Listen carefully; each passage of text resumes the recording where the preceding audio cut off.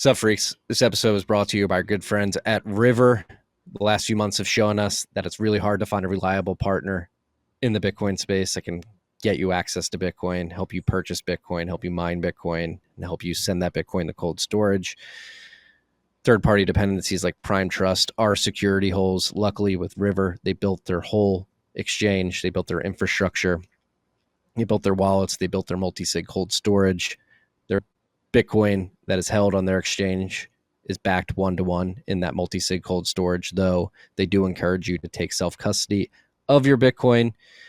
If you DCA, if you dollar cost average, you're not going to pay any fees on those buys. Other exchanges have insane fees and spreads on DCA purchases. You can avoid that using River. Go to river.com/TFTC, set up that account today, and pick your last Bitcoin partner, the most reliable one. River.com/TFTC. Enjoy this episode. I'm not leaving. I don't think there's any reason to leave. I think it's going to be fine. I think that there's going to be an American resurgence at some point. The country still sort of holds most of the cards, globally speaking. We were talking about this yesterday. Drew and I were talking about sort of the Chinese population problem, sort of the spread between, of age labor and how most of the Gen Z class is doing sort of, not most, but like a significant portion of Gen Z, Chinese labor force is doing the lay flat. Like, why would I just grind endlessly? It's happening here too. Yeah, for sure. For sure. We got to find a way to reboot. And I think that the energy industry and the Bitcoin mining industry is doing a decent job with this, although it's not the most labor intensive activities, but rebooting sort of manufacturing and industry sectors in the US would be a massive, massive unlock. I agree. I think the tides are turning in terms of the narrative around Bitcoin mining and energy. We had, what was it, KPM? No, not KPMG. It was EY came out with that report yesterday. Oh, I didn't see that. One of the big four consultant firms came out and said Bitcoin mining is actually good for the environment and for the energy sector. I'd be surprised if it was EY, because I think they've been very Ethereum'd up over the last 6 years or so. I think Paul Brody wrote a new book on why Ethereum's awesome. He probably has missed the last couple of years of actual developments within the Ethereum ecosystem, where there's sort of a willful blinders on. What is has anything been going on there? In DeFi land, there was the curve rugging from the founder. I don't know I don't follow it that closely, but I read a thread on it yesterday. So apparently he took out a huge collateralized loan to buy. Yeah, $100 million loan. Yeah, to buy a house in Australia or something like that. And the house is super mid. It's terrible. Like I'm saying, the scammers have the worst aesthetics. I was saying that. It's like a McMansion castle in Australia, and it's just very gaudy. But yeah, so I think that at one point, I guess the collateral on that $100 million loan reached 35 or something like that. It hit a liquidation price. And then that had a bit of a cascade across the entire, fucking liquidity pool or whatever. Is this a learning lesson in the world of DeFi that will lead to changes in the way these protocols are structured that will make them functional and stable in the future? Or is DeFi as a concept completely borked? I don't think DeFi is a concept that's completely borked, because it was borked from the beginning, and it really is just sort of churning through some of the same mechanisms that are in traditional finance to begin with. So I think that it's just it doesn't matter if the contract's written, in stone or on a napkin at a bar, it's still a shit contract. And if the point of most DeFi is to sell a token, and a lot of the yield or, a lot of the follow-on liquidity and yield farming from that comes from just, turtles all the way down tokenomics, then, I think it'll just come around the racetrack again. Right now, there's a lot of scrutiny from the SEC. The SEC, 5 years after the Hex launch, like finally gets around to figuring out that Richard Hart is a scammer. Like, again, scammers have time, like lots and lots of time to do these things. He's one of the worst too. He's he's hard to look at. It would be nice if you were able to have muted pictures. Like, it would be a great feature for X if they were able to like identify a picture of Richard Hart, and I would be able to say like, please don't put this in my. I do not want to see him in his Louis Vuitton. Oh, the fucking like the peacock twerking stuff is just so nauseating. Like I said, like I think, and I was going to tweet this out the other night, but I couldn't articulate it, and I don't know if I'm going to be able to articulate it clearly here. But there's just something about the class of scammers where it's SBF, Richard Hart. Going over like to traditional tech like Sam Altman with WorldCoin. Yeah. Like they're aesthetically unpleasing, very cheesy, bad taste. And I don't know, maybe I just have a better EQ than most people, but it's pretty obvious to me. Who are those classic scammers? Give me another like Dan Larimer project. Give me a BitShares. EOS. Steam. EOS did pretty well for itself, right? They just have a tremendous amount of Bitcoin. They have what, 300,000? Yeah. Block One does. And they've plowed that into that project Bullish, which I think had a presence at the Bitcoin conference actually. But it's like I think it's an EOS based like decentralized exchange, just backed with like a fuck ton of Bitcoin. Yeah.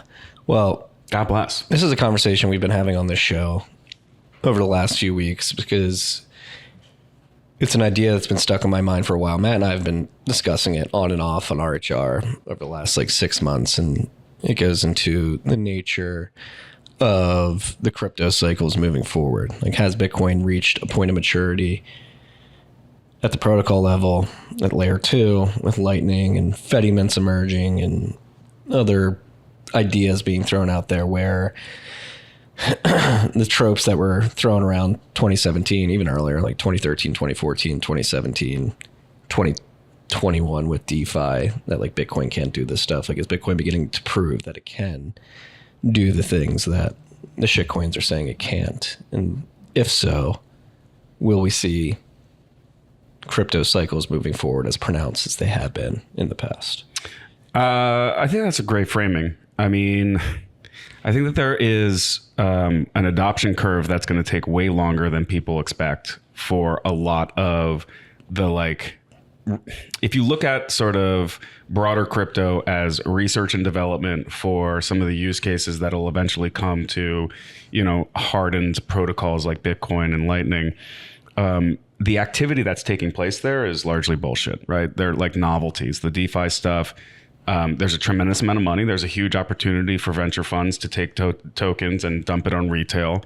I think Meltem said the quiet part out loud at the conference recently, but she's 100% right. I mean, that exit liquidity and the speed at which you are able to get that exit liquidity is incredibly attractive. So, in a period where there's a bit of a regulatory arbitrage and the SEC has a very difficult time going after blatant scams like Ripple and Hex and other ones, then, you can move fast enough and get wealthy enough, and the scams, seem to make sense.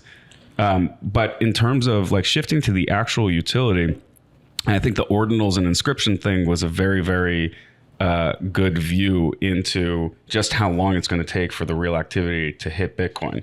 Like, inscriptions and actually time stamping data is an incredibly powerful concept that I think we're still tinkering with. But we saw a boom and a bust of the same exact, NFT projects, limited edition, 10,000 mint, flip them quickly if you get a rare, like stuff like that is like sort of flash and pan. Do you have any rares? Rares? I've never there's like a couple. I think Bitcoin Magazine came out with like a plug your wallet in and find out if you have rare Satoshis. It's enticing, but it's just like I don't know if I'm going to put my my finger in the electrical socket. It's like, I don't know how this shit works. I'm too busy to figure it out. Like, not plugging in my wallet. I think that they're interesting concepts and people like clearly like them. Like you have collectors. Like there's not a huge difference between if somebody wants to have like a serialized Satoshi. And look, Satoshis don't technically exist. I get that, but it's all bullshit to me. It's all bullshit. But you know, so much collectible. So much of the collectibles market is bullshit. Like look at what happened with the Pokemon cards, where you had insiders at the factory that were just scooping off the legendary, you know, cards and selling them on the black market. But like it still has value. It's something that people get a lot of enjoyment out of. And, you know, I think it's, you know, don't rain on somebody's parade if they're having fun, especially if it's only hurting themselves, I think is like, you know, kind of my approach to it. Well, agreed. Like the only hurting themselves. That was one thing that was really interesting. Let me reframe it. As long as they're not hurting others, right? Like if they're wasting money, and people can look at like collecting football jerseys or something like that. Well, that's what I wanted to get into. Like people predominantly in emerging markets when the ordinals mempool congestion was at its peak in March or April. Like people were like, oh shit, like I can't send an on-chain transaction right now. It's way too expensive. Is that hurting others? Or do we have to realize that Blockspace is scarce? Yes, it may have hurt that individual use case at that particular point in time, but if Bitcoin's going to be successful, we should assume that type of transaction is going to get priced out and needs to be bumped up somewhere else. Bump it up. I mean, look, you know, yes, I think it's a good thing. Like Blockspace has value. Inscriptions, ordinals, like proved that, I think, definitively, that if Blockspace has value, it will be used at a certain price. Full blocks all the way, high transaction fees, bump this stuff up to, you know, Lightning, Liquid, wherever. And we experienced this firsthand at Pubkey. We turned off on-chain transactions. Just thinking about the mechanism of payments, like on-chain transactions are not good, particularly for, you know, a merchant or an in-person transaction. Like you can wait if it's, you know, cross-border e-commerce or something like that. That's fine. But, you know, when you're standing in a bar and it's a crowded bar and you're trying to close out a tab, like an on-chain transaction simply doesn't work from, you know, bar operations and also from like the customer experience perspective. So the ordinal spike, we had one issue, and it wasn't even an issue that was specific to Bitcoin. It was somebody was trying to send from their Coinbase wallet, and it just like took a while to broadcast it. But we sort of like used that as an opportunity to say, you know what, we'll go Lightning only just because it smooths things out on both sides so much. Yeah, and you guys, particularly here at Pubkey, probably need to do that because you attract a lot of smart Bitcoiners who probably know how to double spend. And yeah, I mean, there's a lot of different reasons to do it. And you know, look, you know, I think the total Bitcoin revenue, right, is still under like 2%. Well, it was crazy to see because we have the mining meetup tonight where we're going to go over the Galaxy Digital Mining Report, and I was actually prepping for this since I'm going to be moderating. I was reading through the report around the corner at a coffee shop this morning. It was pretty jarring, the amount of fee revenue that's been acquired in the first half of 2023. It was something like around 8,700 Bitcoin, where last year at that point in time it was like 2,300. So it's like it's like a 3.5x. Yeah, and they have the chart. I believe they have the chart. They do in the report, and we'll pull that up. But so much of that was captured in like a 2-week span around the conference, like just before the Bitcoin conference in Miami. And then it sort of has fallen off a cliff since then. And I think it takes a little while for, you know, there are lots of projects that are building like ordinal inscription, like exchanges, and there's other infrastructure that needs to be built out for that market to come back and have the same impact reflected for, you know, transaction fee volatility. I think that comes back, and that's just, I mean, that was a fresh breath of air for mining operations. I don't know. I think, but how much of that activity in April was similar to like the activity that we see in DeFi land, where it's a bunch of insiders just juicing the numbers to portray like high activity versus actual? Yeah, look, well, I think that there was something very philanthropic about Udi's project because miners needed that help. And the only one that was able to provide it was Udi at the end of the day. Nah. I'm completely kidding. Oh, I was going to say. I couldn't tell. I was expecting you to come a little bit harder after that one. My response is going to be that I think I know the problem here. Yeah. If you're talking into your mic, my mic just shuts off or something like that. Is it? Yeah, there is a little bit of a cross. But what I was going to say, if miners need help, Should I just here? I'll look away from you. Are we sitting too close? no, we're fine. Oh, okay. No, it's fine. We've never done it in a quiet room. If miners need help, that's their problem. Like you can't depend on. Yeah, look, I think transaction fees aren't going to save miners. I think that this is a good metric to look at as far as like the progression of, just miner economics in like holistically, because we do need transaction fees to boost over time as the block reward subsidy decreases. Like there's going to be a lot of attention on transaction fees. So I think, using the Bitcoin blockchain in ways that are other than, just payment mechanisms, opening and closings of channels. I think the time stamping mechanism is very powerful and will probably play a role, for the indefinite, for the future. Is open timestamps an example of something that proves that's not the case? Peter Ta's project? Yeah. That's been going on for what? Like almost a decade now. Yeah, but that was just sort of like a notary service, right? Rather than inscribing the actual data like into the transaction itself. Right. I think that was just a time stamping mechanism that was a hash that pointed to something else, like a New York Times article or something like that. Yeah.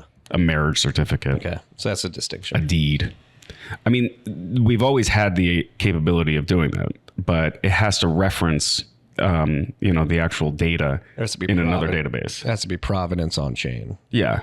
Yeah. But now you can actually embed the NFT or, whatever, into the blockchain itself, into the Bitcoin blockchain, into the block. Whereas all the other projects, if you look at Ethereum, Solana, they're still pointing to other databases, which is just AWS and things like that. It's kind of funny that Bitcoin accidentally did this stupid NFT stuff in a far more, effective manner. It's true. Yeah. I'll give the ordinals crew that. But I always end up having to talk about ordinals. You brought it up. It's a good example. But how did we get here? Yeah, just talking about cycles, whether or not shitcoin cycles will be as pronounced moving forward. So, I think that they'll probably be as pronounced. People are just very slow to understand the elegance and simplicity of Bitcoin. I don't see that dissipating anytime soon. I think that that's going to be a really sticky, ongoing issue for Bitcoiners and stuff that we have to deal with just in terms of education, talking through, the differences between, AWS blockchain stuff and the mechanisms behind Bitcoin that deliver the censorship resistance and the other properties that make it, the powerful, communication protocol that it is today. Yeah, I think I'm on the contrarian side of this. I think the market has learned a lot of lessons over the last 10 years. I mean, we had the old school bitcointalk.org shitcoin launch. What did you have? The fair proof of work launches, the proof of stake coins, like Feathercoin and all that, popping in as well. And then we had the ICO boom, obviously. Then we had DeFi along the way. More ways that people come in, stay, come in, stay. And alongside everybody looking at the sidelines has sort of been viewing this too. Like, all right, there's something weird going on here. And then you get the validation from BlackRock. And I do think the utility, and we were talking about it over there in the corner before we came to the couch, but I do think that the utility that can be brought to the AI industry using Lightning Network paywalls will be a use case that really sets Bitcoin apart. So I do think if they're going to solve the problems that they have, particularly with the amount of capital that goes into the electricity and then preventing chargeback risk, they're going to need to use something like Lightning. I agree with all of that.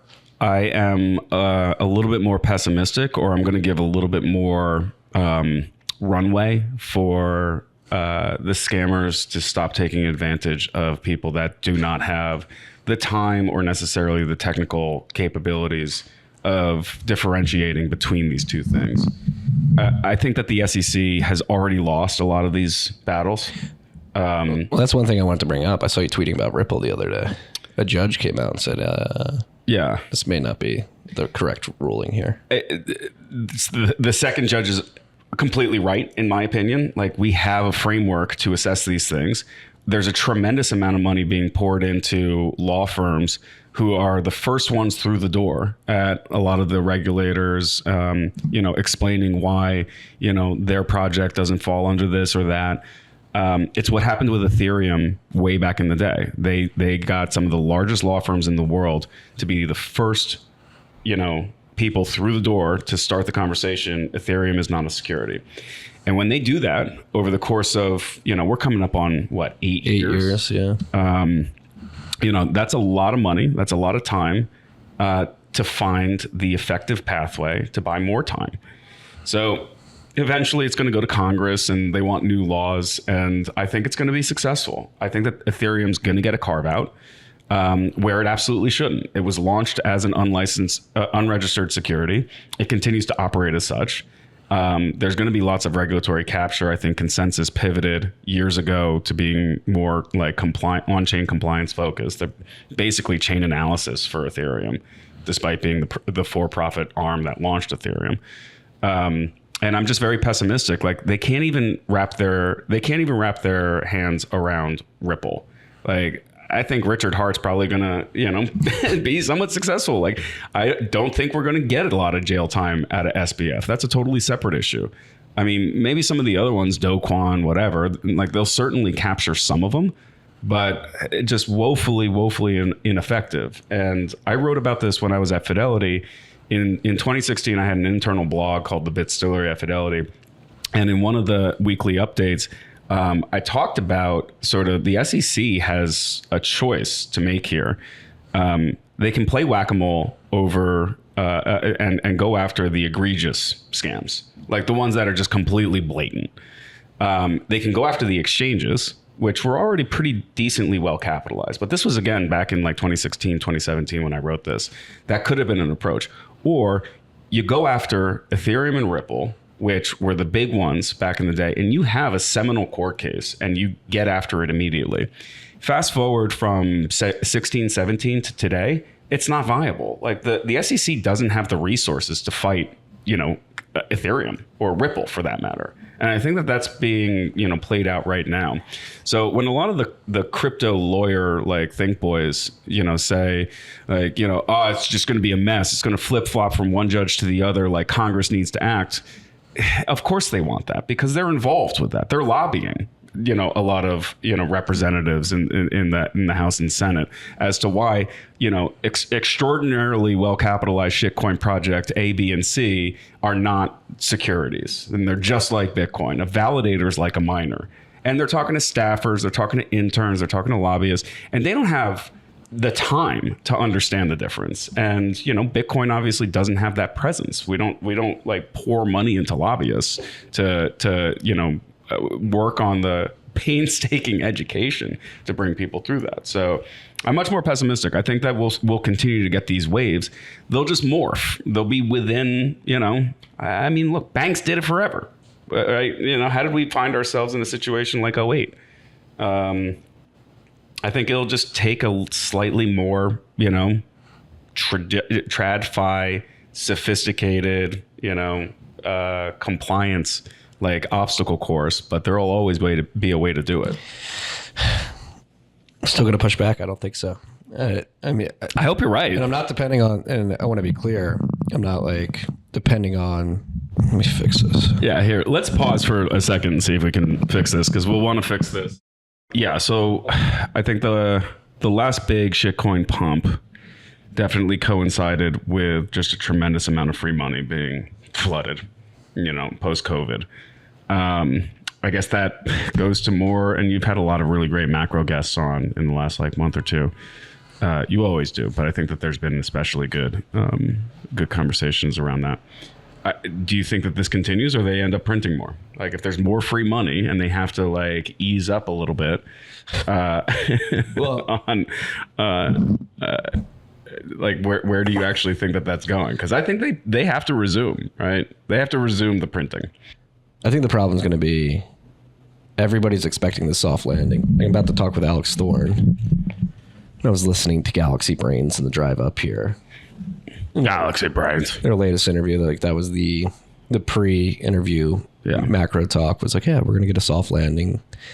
The Fed's doing this incredibly well. And I just completely disagree. Like, I don't like CPI print maybe 3.3%, but there's no way inflation's just 3.3%. Just go to the grocery store, go to the gas station, try to fly anywhere these days.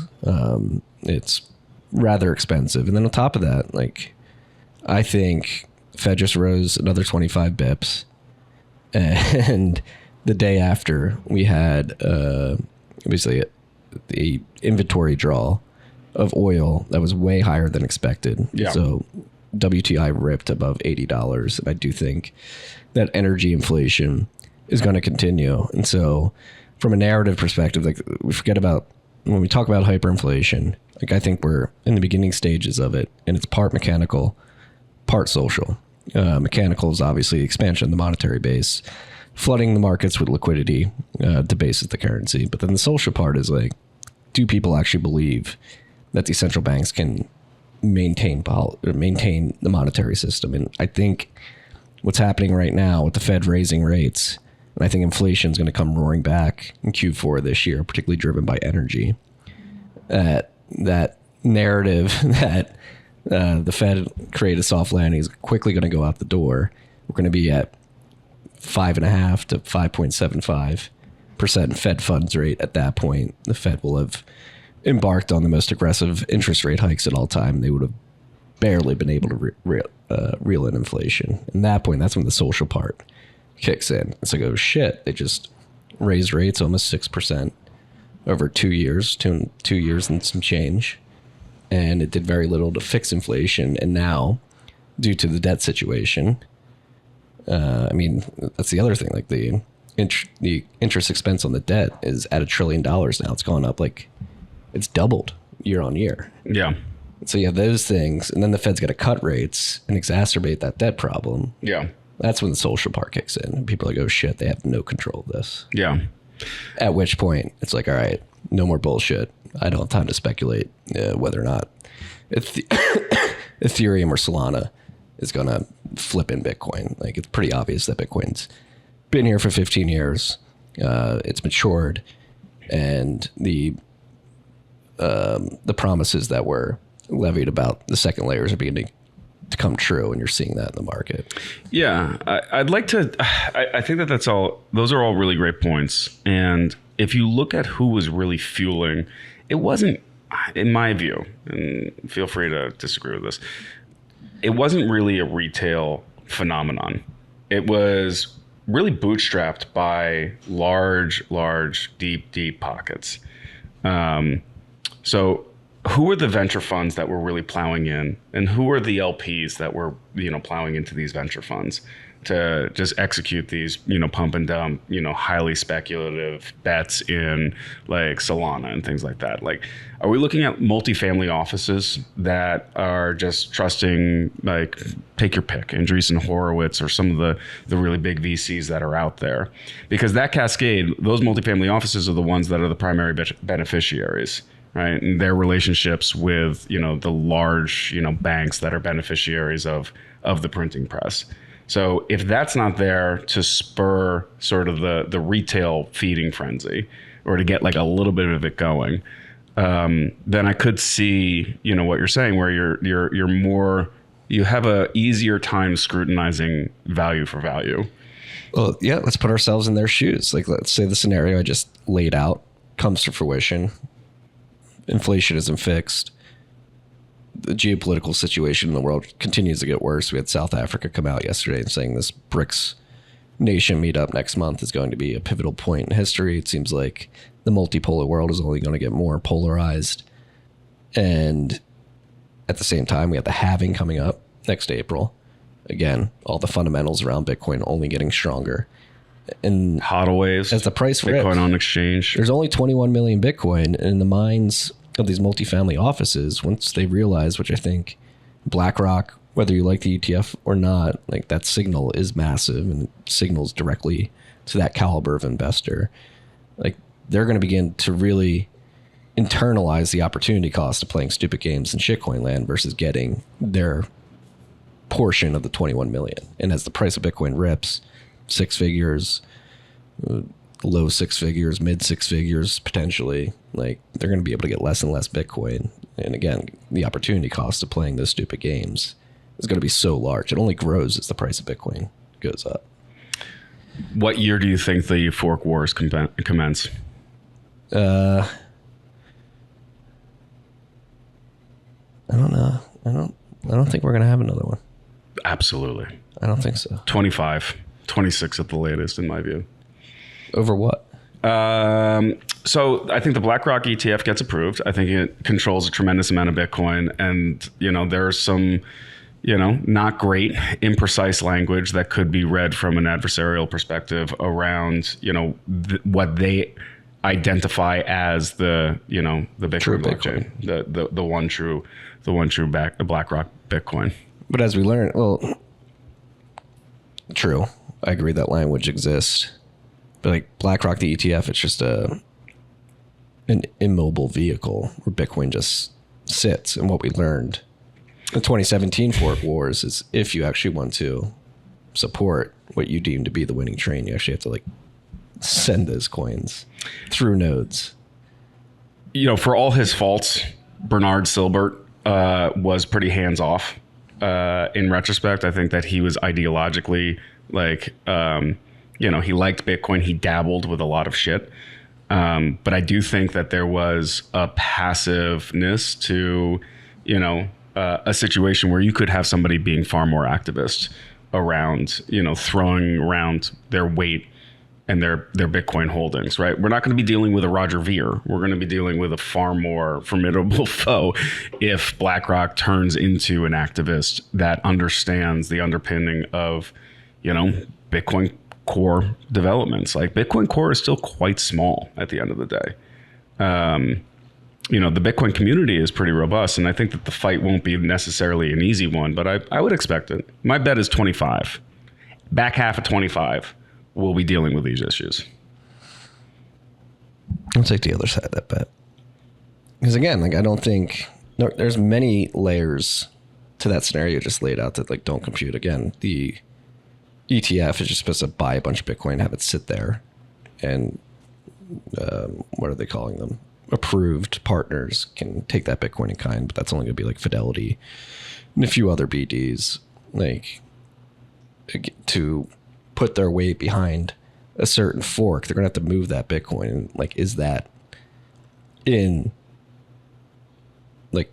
are they able to do that via the mandate of the trust they've set up? Yeah, I think that the language, or at least the initial drafts, the language in the initial drafts definitely allow some flexibility for moves like that. But, we're also talking about one of the biggest, investors in broader ESG. They have pulled back from that quite a bit. ESG is dying.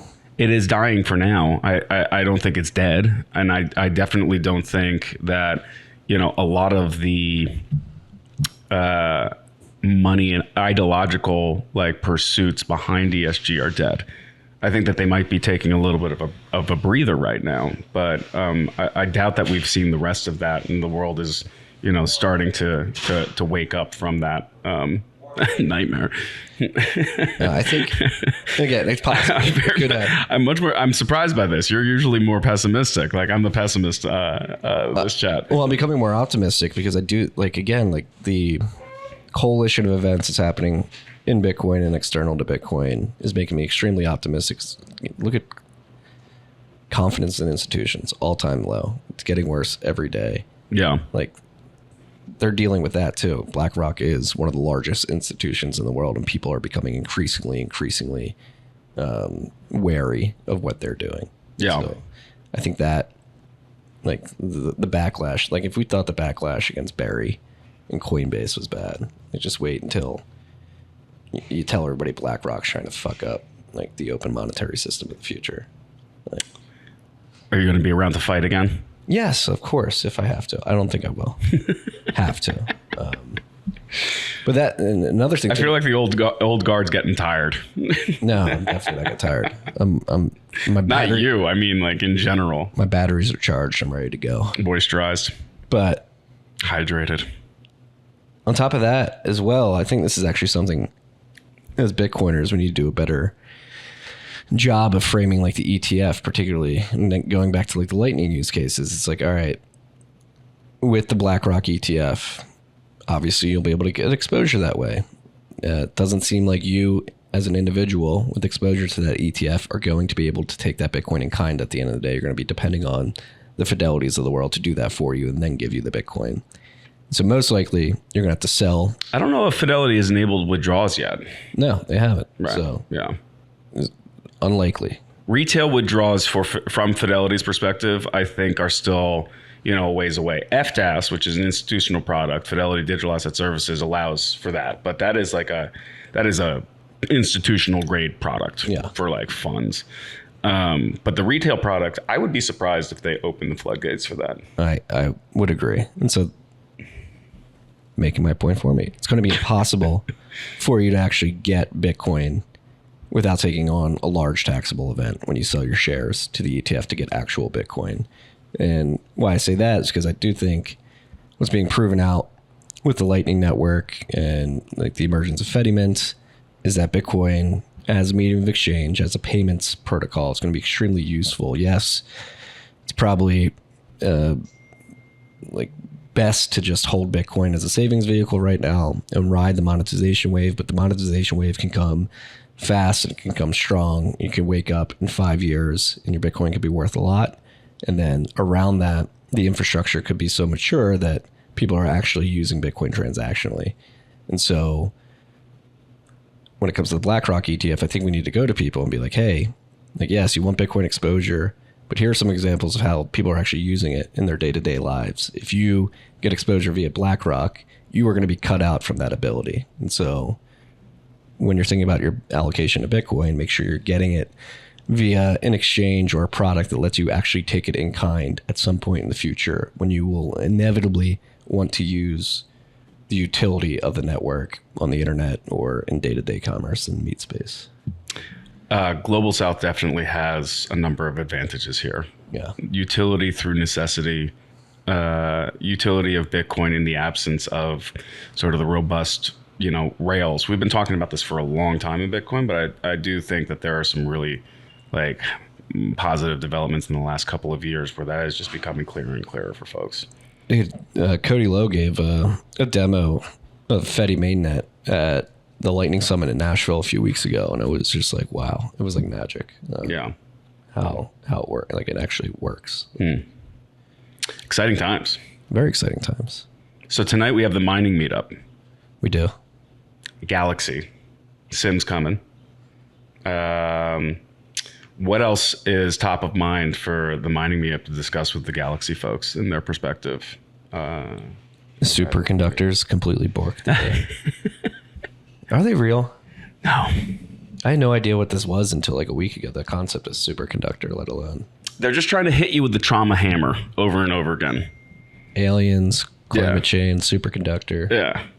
You haven't had enough trauma. You're still too cogent when you're discussing some of the macroeconomic forces at play here. Hit him with the hammer again. Superconductors. Yeah. You got free energy. There's going to be fucking laser cannons that can destroy the moon like next week or something like that. No, like I said, I was reading the report earlier, and I think probably the most underappreciated theme of the last 2 years is the geographic distribution of hash rate. Like Middle East stepping in, Bhutan stepping in, Latin America aping in as well. Like I think that's very underappreciated right now. There's a tremendous amount of wasted energy everywhere on the planet, and being able to capture that and build infrastructure in isolated or disparate areas is just such a straightforward win. Like it's just non-negotiable to be able to capture some of that waste and then use it for other infrastructure that would be critical for that community, no matter where they are, is just, it's fire. It's the wheel. Yeah. And the one question I want to ask beyond that too is, it's not really a question, that was a statement, but the ASIC manufacturing landscape at the end of the decade, like how does that shape up? Because Bitmain, their latest batch of XPs, not sure if you've heard, but they can't really take the heat as well. Yeah, as earlier batches. Weren't there issues with the PSU for the pros or something? I think that one of the 19 the J pros, I think the J pros had a PSU issue, which was fixable. This is going a little ways back, but the S17 was a bit of a dumpster fire. Yeah, the epoxy on the hashboards completely melted or something like that. Yeah, so these things happen. There's so much unplugged equipment. Like, we're ripping, right? Yeah. And did you see Adam Back saying that we're going to double by the end of next year? So we had like 700 exahash? No, he was saying, what's next? It was like 1,000. No, we're at like 375 right now. It's more than double, than like triple. I think that he put out like 1,000 exahash, which is what? I don't know what comes next. Zeta hash?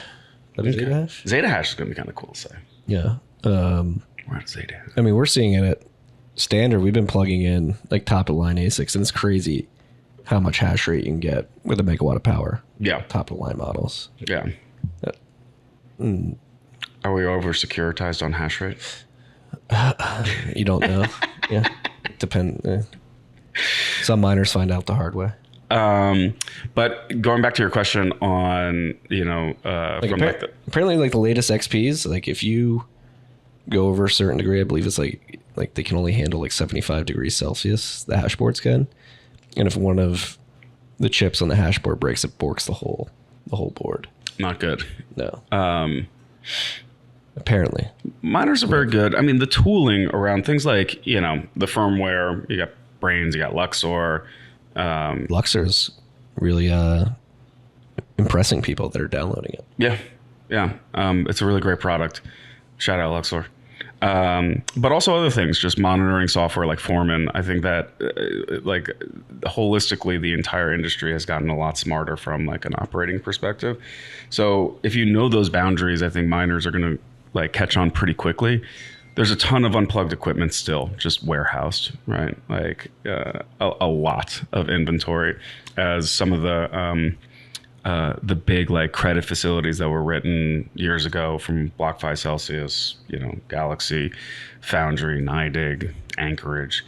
Like, as those are unwound, I think that healthy ASICs are going to eventually find a good home and get plugged in.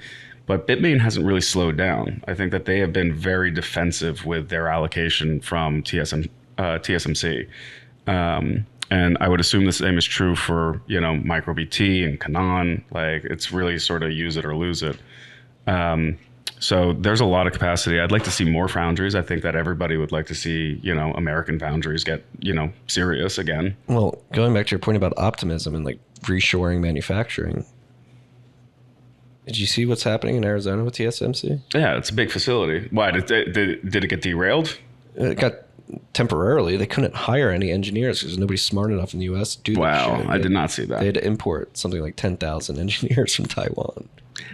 There are lots of highly skilled individuals that would love to come to this country to work. Like, right. I feel like that is the easiest, like, get the fuck out of the way. But if we talk about like Congress, I agree. I'm optimistic on the future of the U.S. I think Bitcoin's going to play a big part, but we really need to get back to like actually learning shit. Yeah, that's going to be the biggest hurdle for us moving forward. Yeah. Like, they literally couldn't hire Americans because we were too dumb.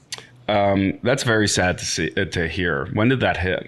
Was that recent? Last week. I read an article about it last week. Yeah, that's not good. That's a major facility. I mean, look, they've been pouring tremendous amounts of money into that. I don't think that, that should not be a death blow for the project. Like, they need to figure that out. Yeah, I mean, they imported the people who can actually do it, so they brought them over. Imported. I don't know if that's the correct supply chain issue. Yeah, they couldn't get containers. They put a bunch of engineers in a shipping container. Got them over here. That's terrible. Yeah, I think that that'll be a little bit of a choke point eventually, but I don't know. Do you think it levels off? Do you think sort of like network hash rate hits like a level, or it just continues to rip like indefinitely? No, yeah, we have these cycles, right? It Yeah. rips, and then it hits a level, and then miners wake up. They're like, "Oh shit, this is actually pretty unprofitable for me." We haven't had like a big like sustained dip, right? They're like short Outside of 20, what was that, 21? with the China ban. Yeah. That bounced back so quickly. Like if you zero in, like if you zoom out a little bit on that chart, it's a blip. Well, I think the trend to pay attention to, and I want to preface this with like, it's going to be very important to filter between the hype cycle and the actual signal. In the AI industry, it's becoming abundantly clear that that is going to be energy intensive too. So I do think there's going to be a lot of competition for these data centers from the AI industry. And I actually think that's a trend that's beginning to pick up within Bitcoin mining hosting facilities. They're beginning to co-host ASICs and GPUs, Yeah. these LLMs. And so I think that will have somewhat of a dulling effect on the growth of hash rate. If that's one scenario. The other scenario is just we build out so much energy infrastructure that they can handle both. I guess, Dyson spheres mining Bitcoin, I guess that's what's going to need to be determined. capture stars. That's how it goes. It's competition from AI, price out miners, and curb hash rate. Did you see the wind drought? Is that what they call like what happens when it's not windy anymore? There was no wind in Texas Yeah. recently. 2 days ago, I saw Pierre tweeting about it. Yeah, super interesting. Prices shot up. To Is it a drought? What happens if there's no wind? What do they call that? a dearth of wind? A dearth? That could be it. That sounds good. A dearth of wind. Okay, so there was a dearth of wind, and that had pretty interesting effects on miners in Texas as well. Yes. I think that we'll probably discuss that tonight, but a lot of them had to shut down. We've seen it in recent weeks. It looks like we're about to have back-to-back downward adjustments, predominantly driven by miners curtailing in ERCOT, I believe. In Texas, yeah. Yeah. How much total hash rate do you think Texas is putting out at this point? I think the latest estimate I heard, which I heard, I was like, yeah, that's believable, is like 20%. So 20% of the total? yeah, so it's what, like 70. That's very impressive. Like Texas is really like throwing some weight around. Yeah. Where are we at right now? We're at 375, 350. 75 sounds right. Yeah. I think we're chugging towards 400 here. Yeah. Fascinating. Yeah, it's got another trend to pay attention to. We should probably talk about tonight. Shout out to the Cathedral Boys for really publicizing what they did, but having a underclocking, overclocking strategy. Cockroach miners. Yeah, on the go. I think that this is going to be much more of like a prevalent strategy for like small, mid-sized solo operators going forward. It's going to put a lot of pressure on the large-scale public miners because, they're competing against, nation states who don't necessarily care or have the same considerations that public pubcos do. Hobbyists and, hobbyists growing from one ASIC to 10 ASICs and, lots of people that just want to participate in the network for whatever reason. And then I think the small and mid-size operators getting a little bit more savvy around this like cockroach mining strategy that Drew and AJ were very, very eloquently outlined in a shareholder letter, I think, right? Mm-hmm. I think that's going to start to put a lot of pressure on the large pubcos. That and another, piggybacking on this discussion, is what drives a larger percentage of hash rate growth moving forward, like mega mines or small to mid-tier mines. Because I think that's one thing that we've learned in this bear market. It's been a great time to plug in ASICs over the last 6 to 9 months if you believe that the price is going to rip, and ASICs have obviously been very cheap. So it's been a good time to build out infrastructure, and does the strategy of focusing on smaller, more distributed sites that are 10 to 20 megawatts, and being able to build those out in 6 to 10 weeks, depending on the size, become a more advantageous strategy than going and buying a gigawatt facility and taking 3 years to build that out. Yeah, I think so. And I think that, there are a couple of like, fine tuning tweaks that can be made in the real world in terms of like operating a data center, operating a mine. I think we're going to see in the next 4 years, this is going to be the era of revenue optimization and risk management for, the production of mining operations. So I think there's going to be a lot more functionality in what you can actually do with the hash rate itself in terms of, evening out transaction fees if that volatility risk increases, different approaches to difficulty, volatility risk. And I do think that, variance is going to become a bigger issue sooner rather than later. I think mining pools are sort of like a centralized, attack surface. And we had Matt Williams, who's the head of derivatives at Luxor here last week for the mining meetup. And we went into sort of the role of a mining pool.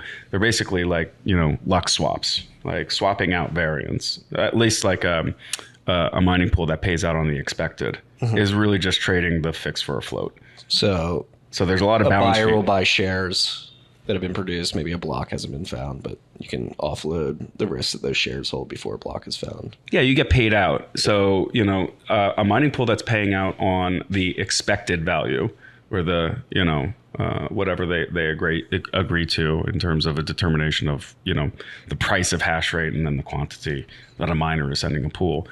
There's a bit of a balance sheet game there, effectively. Whereas if you look at like Brains, where they're paying out on the expected, you can have lengthy periods. They're paying out on the actual, aren't they? I'm sorry, the actual. Yeah. That's what I meant. They're paying out on the actual, but you can have lengthy periods, and your revenue is quite lumpy. And I think most mining operations, are there any public companies that mine with Brains right now, US based? I do not know. I think that Brains has had trouble, keeping large scale. They lost Riot, right? Yeah. They probably still have some, and, this is nothing against Brains. Brains is, going back to Slush Pool, they invented the entire concept. But, public companies and reporting, their financials to shareholders on a quarterly basis are just naturally going to seek out whatever way they can smooth that out. So with mining pools paying out on the expected, offering a swap that effectively deals with the lumpiness of variance volatility risk, they have clearly gravitated towards that. That's become sort of industry standard. It comes with a host of issues on the back end that we haven't really seen come to head yet. But I think that all volatility risks embedded within hashrate are going to see sort of the same tooling in the next 4 to 5 years. So this is the cycle where hedging tools for mining operations beyond price hedging, I think so, comes to market. And I think it's hyper localized. So, to enter into some of these contracts, one of the crux of the issue is the underlying collateral, the basis of the contract in case, it just explodes. Not viable when, you have a US buyer contracting with a miner in China. Like, you have no visibility for that underlying collateral. You don't know, what condition it's in. If you have to trust in courts for legal recourse to get custody of that, you're kind of fucked. What about Bitcoin held in a multi-jurisdictional multi-sig?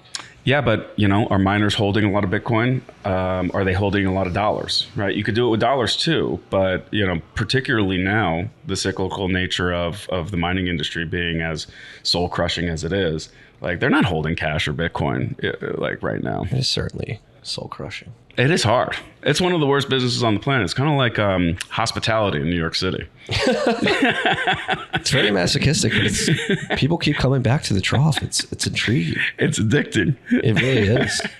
The highs are highs and the lows are low. The highs are very high. For mining and hospitality. So that's another thing maybe we should talk about tonight and right now, which is like treasury management. It's like the treasury management that went on at the height of the bull market at the end of 2021 was baffling to me. Like, yeah. I mean, people should have been clipping off like a percentage of their holdings, locking in cash. People are just ripping at that point, though. Like, think back to like the isolation of COVID, 2021. Bitcoin is going absolutely nuts. You still had the premium for GBTC. Everybody is just like, it was full Top Gun, like, craziness at that point. Yeah. And it's like something I think about a lot is I've been in since 2013. So I saw 2014, 2017, 2021. So I've seen 3 like ripping bull markets. And for the mining industry particularly, I think that's something that teams really need to prepare for, is those bull markets. And before you get into the bull market, basically have a strategy where, all right, if we mine this much Bitcoin and the price reaches this point, we're going to scalp off X percentage and hold it in cash just so they could survive. I mean, I guess it depends. It depends on the miner, right? And what they want to deliver to shareholders, really. Well, that's another part of the discussion, is due to the volatile nature of Bitcoin mining as an industry specifically, like how do you communicate that to shareholders? So like, yes, we're at all-time highs and we are selling some Bitcoin, but believe me, it's a prudent decision that you shareholders will appreciate in the bear market.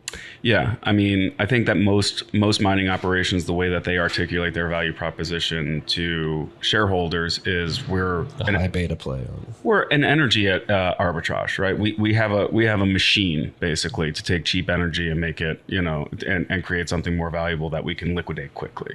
Yeah. There are mining operations that, look to hold Bitcoin depending on, the type of time of cycle. I think GDA has done this very well, very effectively over the years. Riot and others have done it quite well, but it's a tricky game. Yeah. Yeah, you have to weigh the balance. Like, do we sell the Bitcoin? Do we dilute shareholders? Do we get more debt? Yeah. Do you see a lot of consolidation coming? Oh, yeah. I think that there's a lot of, small to mid-sized miners that are probably just, I think across the entire stack, actually, though. We haven't really talked too much about Foundry being the crown jewel of DCG. Like, at some point that has to start to play out, right? Like, Well, we've sort of already seen it play out with them adding fees, right? Like, it's like the first step towards, all right, something's going on here. For you guys that are unaware, Foundry essentially was able to offer free fees on their mining pool because they had a deal with Genesis where if you're going to mine with Foundry and then liquidate Bitcoin, you would run that flow through Genesis. And obviously, with Genesis being embroiled in the lawsuits that it is right now, that's not possible. So they've had to monetize adding fees to their customers. And most large pools for a period of time are doing that. It's effectively like a loss leader. So Binance, I think, would even pay in certain circumstances for that stream of hash rate being pointed to their pool, as long as you could lock them in for, exchange custody solutions, and, would make sense in isolation. It's a good thing to attract, but it's one of the reasons why mining pools are not necessarily like the best like going concerns, because that fee that fee margin that you can charge a miner for effectively swapping out that variance risk just collapses over time. But maybe it comes back now that, Foundry is not able to do that, and, they are expensive operations to run. Well, I think I think the pool will continue to be loss leader. They just have to get really creative with their value add services. I mean, Luxor is a great example with their firmware. Obviously, Brains offers the firmware too. Mm-hmm. Luxor's got their cash settled futures contracts. Yeah, the NDFs. They also have like an ASIC brokerage business. They all do consulting and stuff like that. I think that the center point of the mining pool being the future of a lot of these companies is gonna evolve. I think they start to look probably more exchange like, hash rate admin-y in terms of like splitting up streams if there are multiple ultimate beneficiaries of the production of Bitcoin, and then Stratum V2, right? So if you go back to the thing we were talking about before, I won't say the name again, but block construction going to the miners rather than being sort of the privilege of the pool, I think is also another catalyst for mining pool businesses, evolving sooner rather than later. Yeah. But the hang up with Stratum V2 is like, yes, the privilege of constructing the block gets reallocated to the individuals within that pool, but the privilege of broadcasting the transaction still sits with the pool. Still sits with the pool, yeah. Right. So that's like one thing I worry about. Like the pools are pressured not to broadcast blocks with certain transactions included. Is it even a value add to have the individual block construction? Maybe we need more pools. I agree. Maybe we need better connectivity. I mean, the Luxor and Foundry, NYDIG, a lot of the most significant pools are U.S. at this point. There's still some Chinese pools and, brains Chinese pools, it's like Foundry's number one. Yeah. Then what is it? F2 pool's not two, is it? Yeah, F2 pool. I think it still is. F2 pool, and then another Chinese.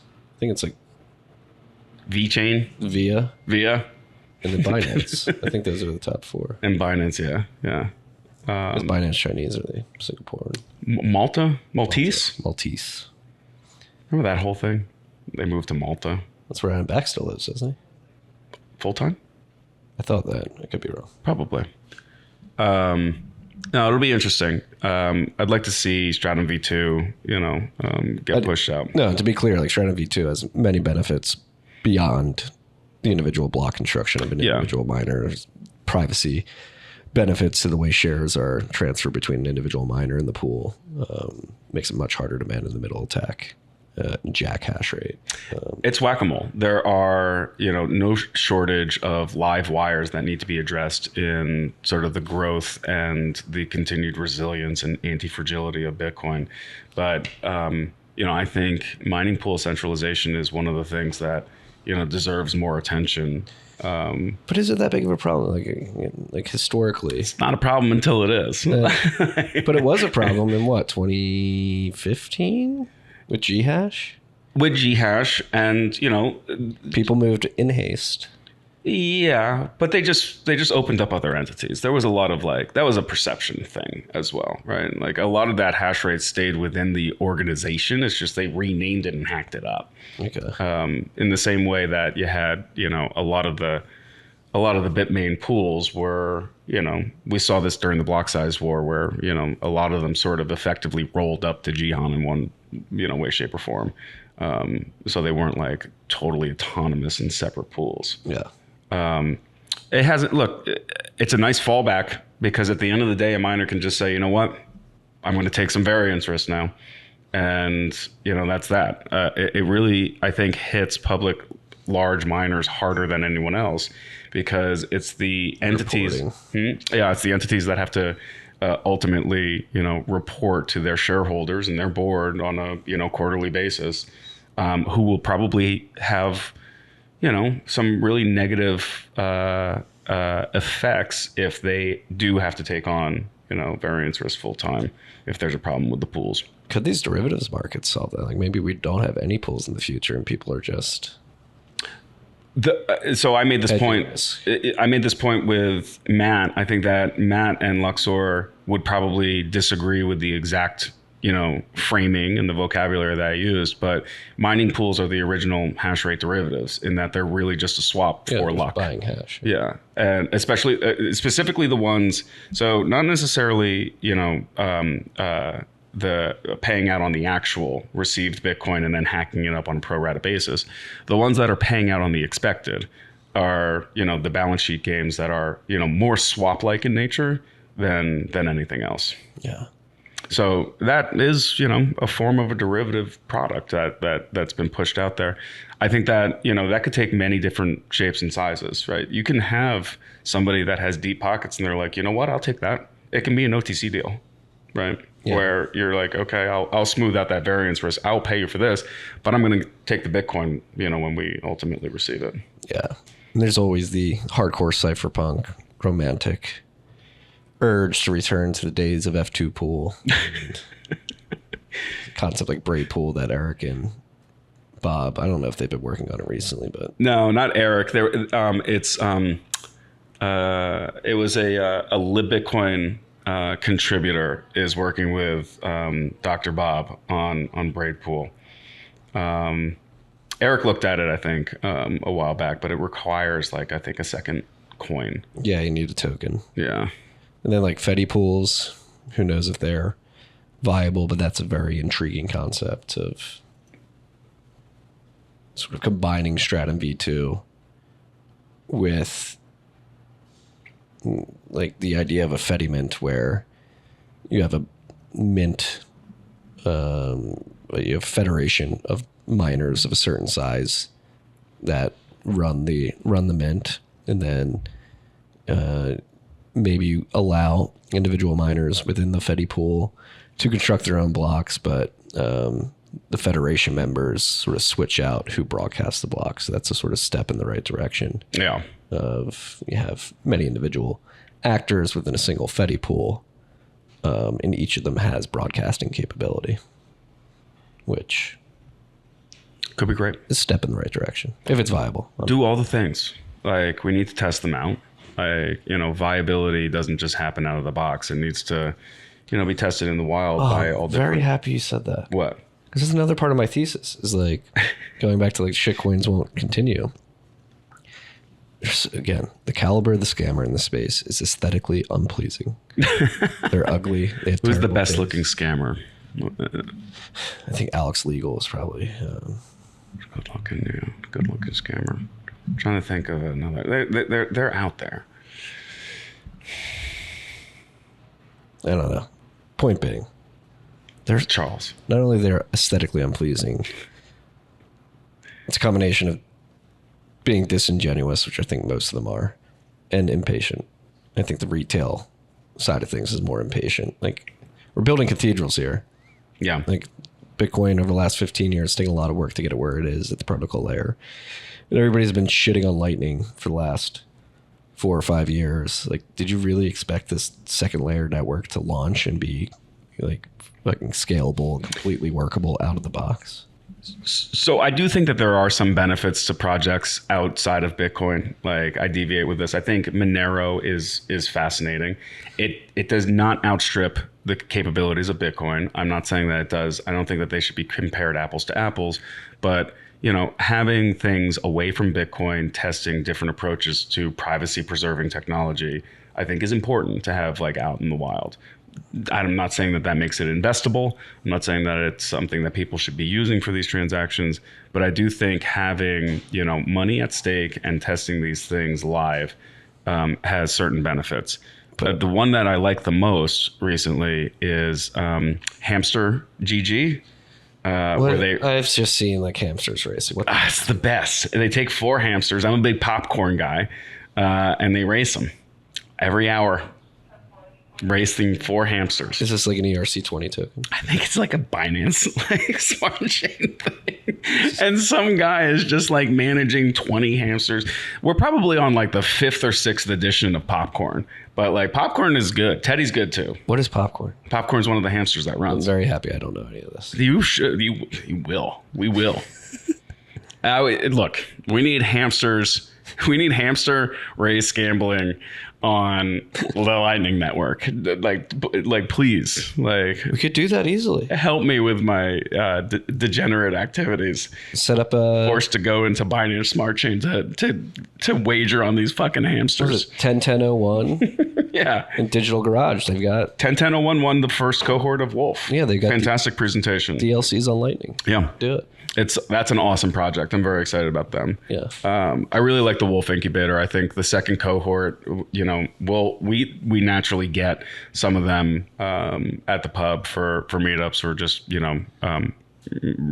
random nights they'll pop in, and talking to some of the teams that are going through the cohort now is really awesome. There's good stuff coming. Yeah, it's good to see New York Bitcoin scene survived. Well, after it was just so callously abandoned by Marty and Matt, like we had to resuscitate the community and keep it alive. Well, I was going to say a lot. You deserve a lot of credit for what you gentlemen are doing here at Pubkey. Thank you. We definitely I mean, I fucking love Pubkey. I appreciate that. A Pubkey is really sort of, it's just a vessel, and it's worthless without the community. They're like everything that Jay's done and cultivated, and I think that we're coming up on a big anniversary for Bit Devs. There's, New York is not dead. It's the only thing that's been declared dead more than Bitcoin, but it's also not perfect. Like, there are elements of New York that attract the blockchain DLT crypto scammers, and that is definitely that has a like outsized presence here. So I'm happy that the weird idea of Pubkey is getting a lot of traction and support from all sorts of different stakeholders throughout Bitcoin and throughout New York City, because I think it sort of is proof that the community here, the Bitcoin community here, still is alive and doing quite well. I agree. I didn't abandon. It's okay. I had a young child. It's not your fault. I was in a studio apartment. It's not your fault. It's not your fault. You're going to be hugged. Am I going to start crying? How am I not myself? Ugh. I'm really bullish right now. How bullish? You want to start talking prices? Like, rip your tits off bullish. I think, Ooh, that's bullish. I think we get to like 500K. 500K would be great. We'd probably close the bar for a couple days. If it happened in like a 12-hour period, it's just like, close the bar. Shut her down. Shut her down. Everybody get in here. Yeah, exactly. I would not be surprised. Like, the macro tailwinds, the maturation of the protocol, and the layers above it. And it do be undervalued. It's like insanely Bitcoin, undervalued. It has always been this way. I think that we have always seen something in it that other people don't. For throwing a price target out there, but I don't care. Huh? I'm gonna get a lot of shit for throwing a price target. I can't believe you did that.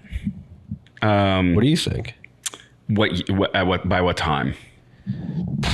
I think 500, yes, in future. But like if you like slap like a date on it, like, so 2026, like, or we're gonna turn into like chartalists here, like Q4 2025, early 2026. So I saw something for the past 3 holders aren't selling, dude. So the HODL waves are at an all-time high. Bitcoin held on exchange is at one of the lowest points probably since 2016, something like that. And I think the third most important thing is transaction fees. Those are the 3 metrics that I put the most value in. HODL waves, the amount of time Bitcoin has stayed in the same address, the Bitcoin held on exchange, exchange omnibus wallets, and the third one being, transaction fees are just an extremely good indication for like actual usage, the amount somebody's willing to spend to memorialize a Bitcoin transaction. Yeah. All 3 of those things are fucking looking really great. And the macro backdrop at the moment is this is what Bitcoin was made for, I think, like this moment in time. So I too am catastrophically bullish. Yeah. So it's going to 0. You heard it here. It's fucking done. I am so much more comfortable in a bear market than a bull market. Bull markets make me can't even fucking think. Extraordinarily anxious. Like, it's just like it's over and you're just like, you're going through like, just a fucking horrible time. I like the bear markets when everybody's just like, this is terrible.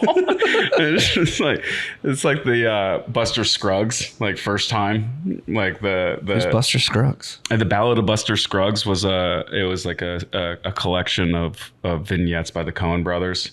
And one of them, like, the guy ends up at the gallows and he has the noose around his neck and he's next to a guy that's weeping and he looks over at him and just goes, first time. Yeah. It's there's a certain like calming aspect of the bear market because there's time and you can actually get shit done. It's cliched as shit at this point, but bear markets are for building, and it is true to a certain extent. And you have much more like insightful conversations with people that are not necessarily distracted by just looking at how much fucking money there is like floating around. Yeah. We had I don't think I can. There's an article coming in the Wall Street Journal that really focused on like Bitcoiners. Like a lot of the questions that I got were about like, you know, watching the price, and it was just like you stop doing that after a while. Yeah. Like, you know, there's not a lot of productivity. It's actually kind of like, it's like doom scrolling on Twitter. There's no active engagement of any like positive value in doing something like that. You need to go out and get your hands dirty. Completely agree. And that's why I'm actually very happy with myself. Oh yeah. This bear market, I think, for me personally, has been like the most productive in terms of like actually building out what I view to be a foundation that will really help me benefit in the next bull market. Like I was showing you, we have some stuff planned for TFTC. It looks great. I'm very excited. I think I'm really excited about that too. We're going to launch that before the end of the year, probably before the fall. And then on top of that, like the mining stuff, like it's been really fun building stuff out like in the bear market. Mining is fascinating. I didn't really focus on it personally until 2018, 2019. Same, that's when I got into mining. And like the looks that it throws, like, you know, from a Bitcoin perspective, looking at, you know, supply chains, energy, power infrastructure, power assets. It's a perfect match for the Bitcoin, you know, community. And it is just a deep and vast rabbit hole that you can go down. It's a whole network.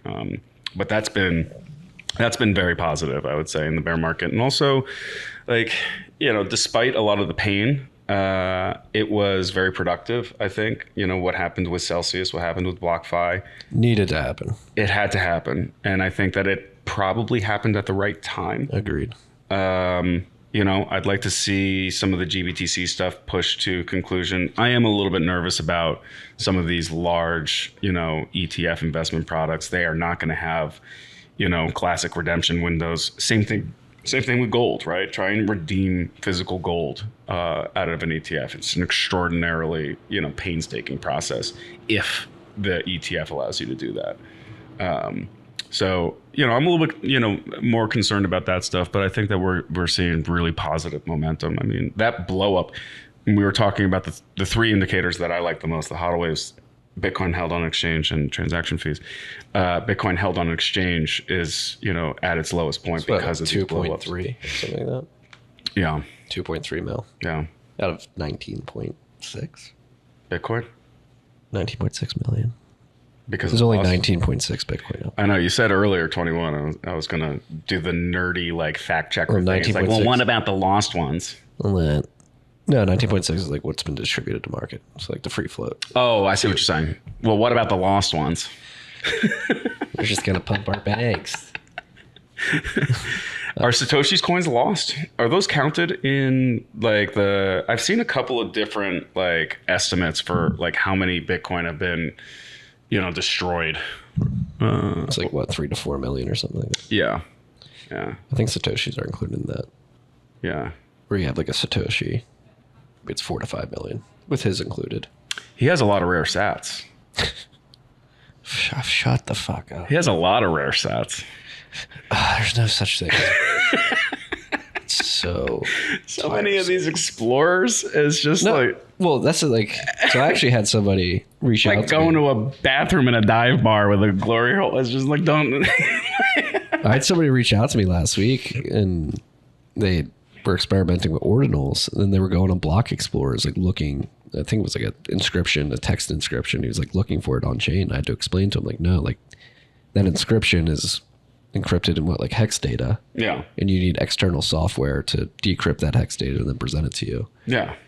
He's like, oh, should I just be using op return? I was like, yeah. Yeah. If you actually want to see it in an explorer. Let people have fun. If somebody's having fun and they're not hurting anybody, let them have fun. It's I still think going back to like bad aesthetics, like all the NFT craze, like the worst aesthetics. Like which one? I like all of them. They're terrible. I like the Nintendo ripoff ones. The shroom ordinals or whatever. No. You don't like 8-bit art? No. What about the Pepes?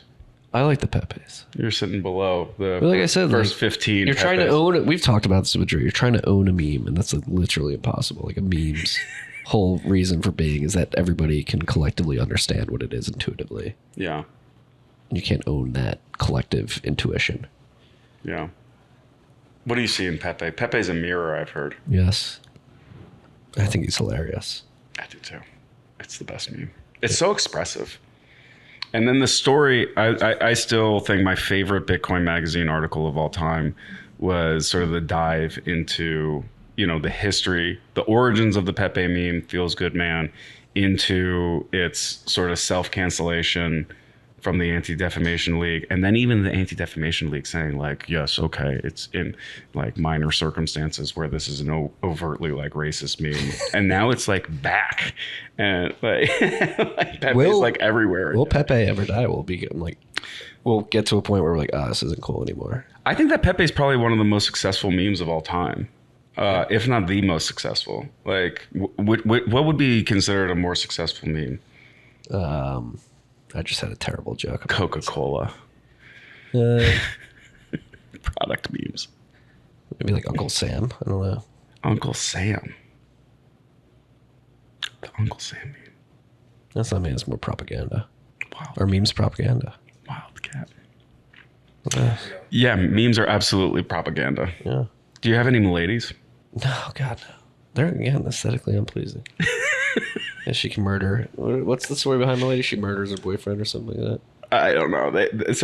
They have run sort of, my understanding is that the Milady's community has run, I think, 4 or 5 different like self-cancellation campaigns with just like really like abhorrent stuff that like somebody will pick up on and just be like, this is terrible. But I don't think that any of it's actually true, and they're just putting out like really like shocking cancellation stuff. Yeah. Like, you know, basically what, you know, the 4chan idiots behind Feels Good Man did when like their meme, their pride and joy was getting too popular. I mean, I'm for that in the sense of like people. I do think that that's funny. I like jokes. That's like a funny, like, you know, cultural phenomenon, like built for like 4chan, Reddit, and Twitter. Yeah.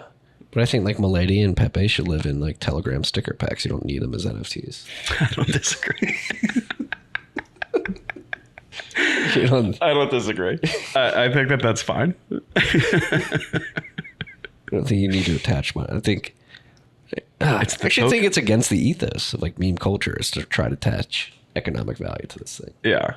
But look, collectors, they're collector's items, right? Like, what's the difference between a trading card and like a digital representation of, you know, that you know, trading card? IQ. I pulled a Michael Jordan baseball card out of a pack of Upper Deck when I was 8 years old, 7 years old. Best day of my life. He was playing minor league baseball for the White Sox. You know what card I'm talking about. They're kind of worthless. It's probably worth like $21, but like I felt like a billionaire that day. Yeah, it's only worth like $21.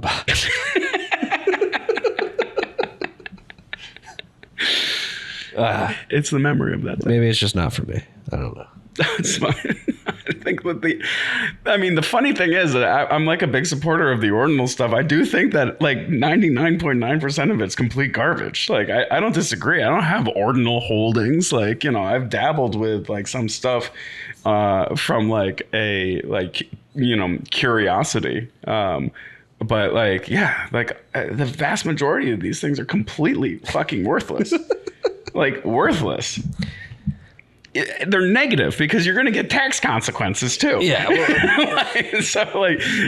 Like, don't get me wrong.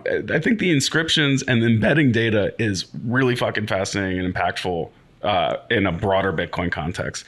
You know, looking specifically at the rare sat ordinal NFT projects, like great, like user adoption, but everybody's going to get fucking burned. And I hope, you know, a decent percentage of them stick around to be like, I wasn't totally wrong.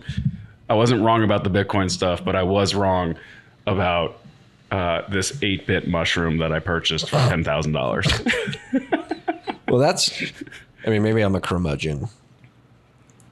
Maybe not able to have as much fun as people should be able to have. But I'm like, I take it from like what we're working on is way too fucking serious to get distracted by this bullshit. No, And it pisses me off. Like, you got to have fun with it. It has to be fun. Like, that's one of the main things. why? That's one of the main things behind Pubkey. Like, because if it's fun, it's inviting, and you're going to save more people. You want to have a fun church. You want to be like clapping in the aisles. You want to be that's the like, problem is like people are too much focused on the fun where they're going to buy something for 10 grand and realize they have like 6 Satoshis in a wallet. Speaking of, CK from Bitcoin Magazine is still the only person to do the trifecta orange pills. Oh. He got the whale, the dolphin, and the pleb during Twitter Spaces. Are those drinks or hot dogs? They are drinks, yes. I told you I had to drive tonight, but We'll figure it out. we got to text my wife, see if I can sleep on your couch.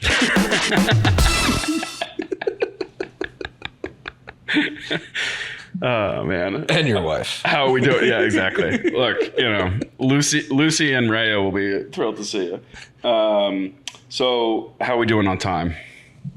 Is Alex Thorne coming here? Yeah. We're good. I mean, we're not scheduled to talk for another 20 minutes. Okay. What else should we talk about? Look at this. Look at this strapping young yuppie in the corner over there. It's my favorite thing about Pubkey is when somebody like Christian just like walks in and sits down and laughs at his phone. Are you looking at your tings? Are you looking at your tings? He's got some really noxious and vile things.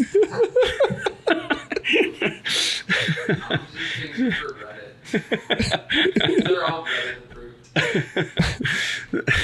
Is Reddit dead? I thought Reddit died. Man, I haven't been on Reddit in a long time. Fantasy football. Do you do fantasy football? No. I mean, I do, but I'd never. Like, I actually just got a text from my college buddies last night. They're like, you're out of the league. You've been removed? I've been removed from the Why? You weren't setting your light up? Yeah. I see. Our long-lived national nightmare is over. It's exactly what my buddy texted. I think the last time I've used Reddit was probably for like our fantasy football. Just because I don't follow anything football related in the off season. And it's more of like a monkey throwing darts approach to like a draft. I mean, it was always fun coming back for the summers. I spend the summers down the shore and fully immersed in like the Philly culture. Like the shore is essentially a Philly East. Yeah. Where I live at the shore. South of LBI is Philly heavy. And it is crazy how much the sports drive the culture in Philadelphia.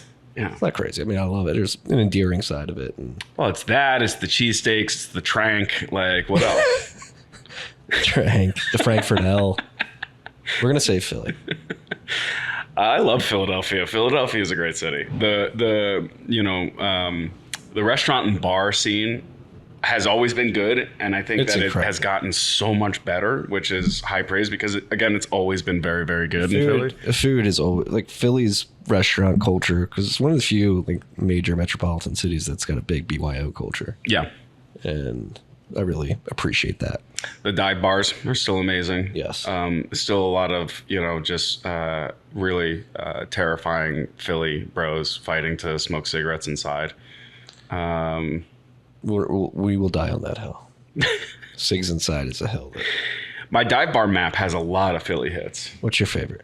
I like Oscars and Dirty Franks. Dirty Franks, I forget. There's another one that you... Bob and Barbara's. Bob and Barbara's. Yeah, thank you. Also quite good. I haven't gone to a lot of the Fishtown ones. What's the... Johnny Barbara's is Fishtown. Which one? Birthday bar. Birthday bar? Birthday bar. Yeah, that's in South Philly though. South Philly. No, there's something It's in on Second Fishtown Street. that's supposed to be truly Johnny Brenda's. noxious and vile. Johnny Brenda's isn't noxious and vile. No. I forget that it's Fishtown's got a great Irish bar. Laurentis or something. There's something. I don't know. I gotta look it up. Fishtown's got a great Irish bar that serves some of the best Italian food. Like There you go. Murph's. Go check out Murph's. Murph's, dude, yeah. A comfortable place to sit. Yes, they've got like pennies at the bar. Yes. Yeah. Awesome. How are the Beagles this year? I think they're gonna be good. It'll probably be good. I mean, The Beagles? Yeah. They got their Kelly Green jerseys. That's what everybody's been talking about the last couple of weeks. I don't act like I love I watch the Eagles. We have gatherings. I just don't get too immersed in it. Yeah. I used to cry during the games in like middle school. Fucking arped out. I think arped out still secretly cries during Philly Eagles games. Yeah. It was very emotional in middle school. I'm excited for it though. You know, football coming back, soccer's coming back. Real Bedford yesterday. Are you into Real Bedford? I haven't watched a game yet, but I'm supporting them. It makes me so fucking happy. I really Sold out truly. the stadium yesterday, I saw. Yeah, they won 1-0 against Milton Keynes Irish. They played Milton Keynes. Like Keynes is descendant. Keynes, whatever. Yeah. Well, no, I think like the town is like named after him. So the Bitcoin team beat, you know, the Keynesians. That is poetic. It's great. I just love the whole thing. Pure joy. I did what Bitcoin did 3 weeks ago, and Peter. Yeah, you and Grant did. Yeah. I haven't listened to that one yet. I'm sure it was good though.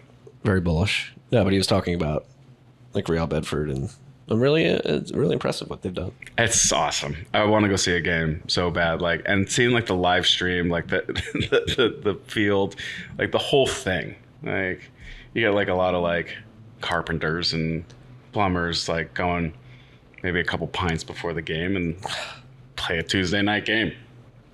Maybe get into a fight. That's the way to do it. It's awesome. The whole thing is so cool.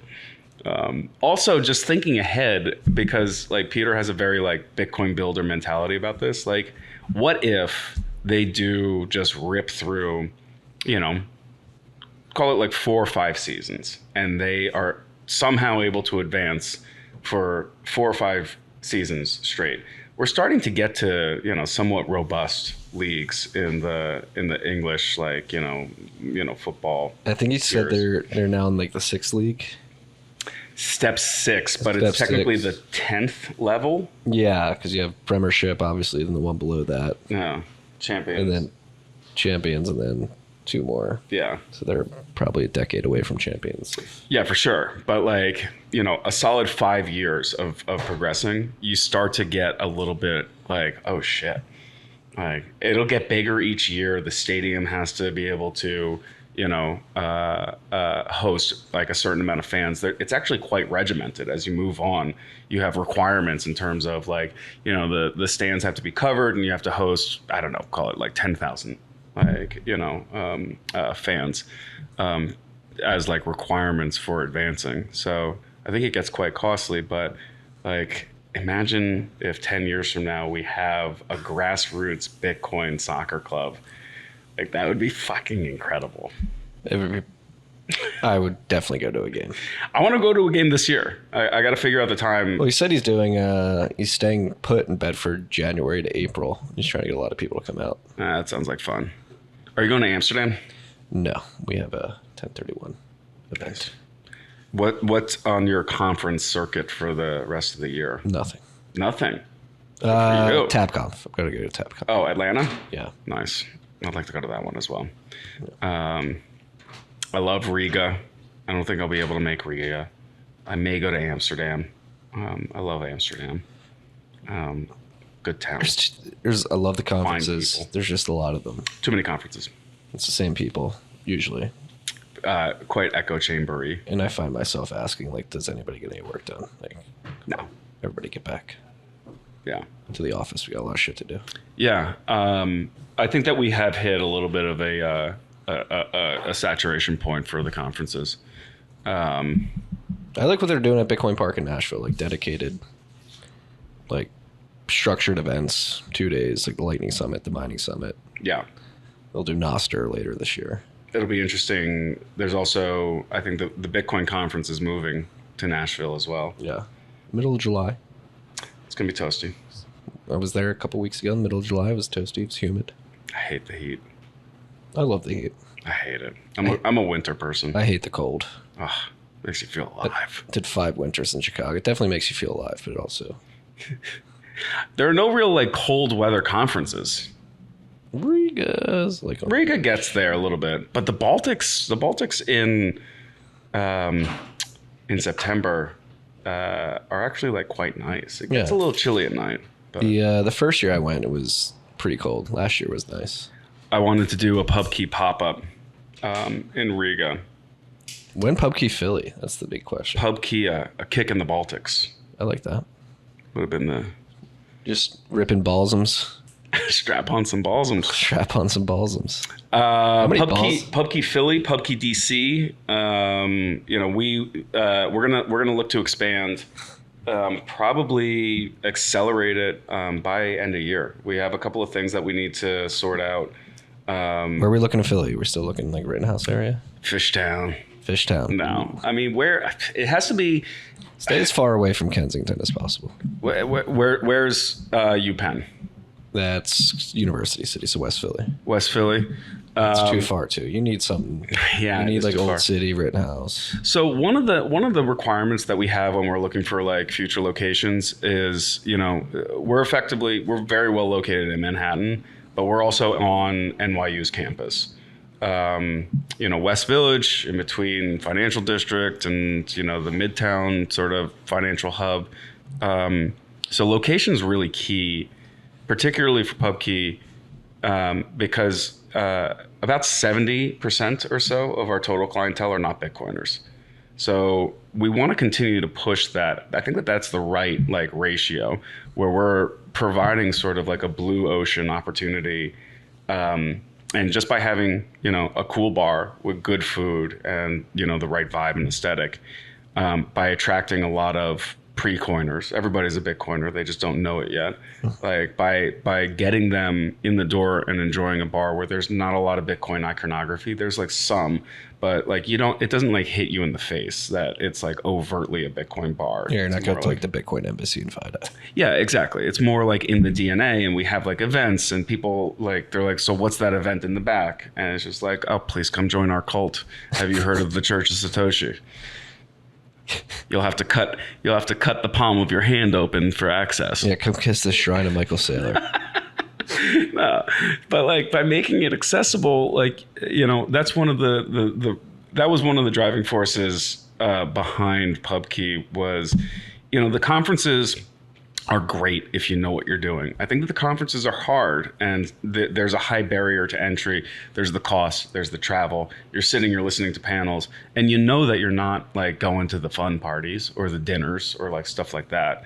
I think, these third places, the Commons, the Park, the Pubkeys, they provide something that is a little bit more permanent and always on, that, the conferences, simply aren't able to provide. And this is all in the physical, meet space, right? If you're trying to access the virtual town hall by yeeting at people on X and fucking Reddit and just reading about it in Wall Street Journal and New York Times, it's a horrible way to get introduced and ask questions for this tech. You need to have a human touch. Completely agree. Yeah. And you guys are doing great. Thank you. The touch that you guys have, you guys are touching many. Thank you. Many lives. Yeah, we have some. So we basically have, New York empties out in the summer, which was our little Pubkey bear market. July and August is a really good time to retool and build. So we launched back in October. We've added some really good team members recently, and we have a bit of a relaunch coming. September is the true. It's not quite a relaunch, but that's really from what is it, alpha to beta or whatever, beta to full production, whatever. Beta to alpha, yeah. Beta to alpha. Alpha comes first. Wait, alpha. Yeah. Pre-product. What is it called? Christian, is it alpha and then beta, or beta then alpha? You're hitting the main. You're hitting the main net. Yeah, exactly. So we're launching, Pubkey Productions. Yeah, it's alpha first and beta. Yeah, we're launching Pubkey Productions, and then we'll be starting to really accelerate into new markets, new cities. We'll have to talk. Yeah, maybe we can link up here. Yeah, for sure. This has been fascinating. Always a pleasure. Are you gonna make me drink? Am I gonna get yelled at by my wife? I don't make anybody drink. It's against the law. But I think I think that we'll probably. It's up to you, man. You don't have to drink. Yeah, You don't let me text my wife. All these Zoomers are putting New York City hospitality out of business. They don't want to drink anymore. What is up with that? It's a great shame. We got a lot of non-alcoholic options here, though. We throw different looks. In this soundboard. I was hoping to have this live, but like we're gonna start to play with the soundboard more for like little reaction things during like the Twitter Spaces. We had Put the NPC meme on it. we had Ice cream. We had a recording of me saying "Cum Rocket" on one of the art chart that was on our soundboard for a while. I think Matt lost the file. Whenever we talk about shitcoins, it's just me going "Cum Rocket."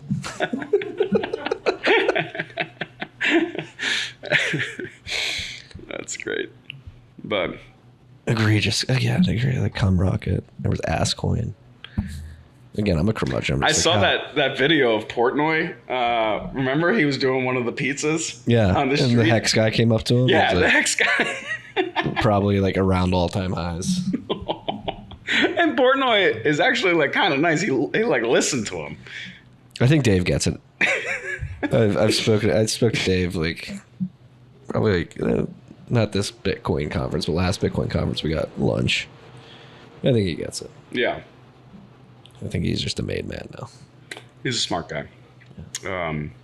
But yeah, that Hex video. And shout out to Ledger for leaking all, mailing addresses of their clients. Did you ever receive one of those? I got like a Hex and Pulse chain, like one pager in the mail. I never bought a Ledger, so no. Good for you. I was not in that data dump. Good for you. Yeah. No.